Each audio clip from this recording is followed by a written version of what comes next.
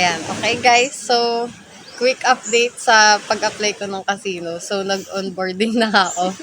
Pagkatapos ng, this is our first week. We had our first week of training. So, medyo challenging siya, lalo na sa math. Kung naiisip nyo gusto nyong pumasok sa casino as a dealer or cage cashier, kailangan nyo ng quick math mentality, which is I don't have that. So, I'm struggling on that, but I always practice every day after my work, my training.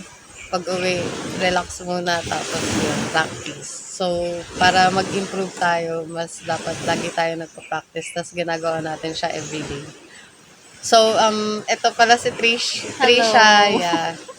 Co-worker ko siya. So, first time din niya mag-casino dealer. Kamusta naman yung experience mo sa 1 week natin training? Same thing with you. Yeah.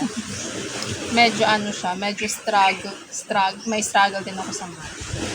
So, Pero siya nakakasagot siya guys Ang galing niya rin. Ang bilis niya. Ako talaga pag loading small ako. amount na sasagot ko. Oo, loading ako ng mga 10 minutes, ganun. Pero nakakasagot din naman. Binibigyan din nila ako ng chance. Tapos, interesting yung training kasi everyday maraming natututunan, di ba? Which is, first time ko rin makita ng mga equipments and tools ng casino.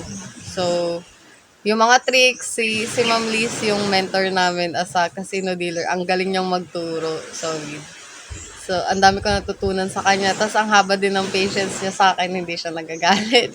Kahit minsan feeling ko gusto niya na akong sakalin. Hindi, binibigyan niya ako ng idea kung paano masolve. Mas nadalasin yung pressure Pagka siya, Oo, kasi hindi siya masyadong hindi siya strict. Sobrang lang, cool. chill lang, kalmado lang lahat. Chill na teacher. Yeah. So, update namin kayo next week kung anong aaralan namin.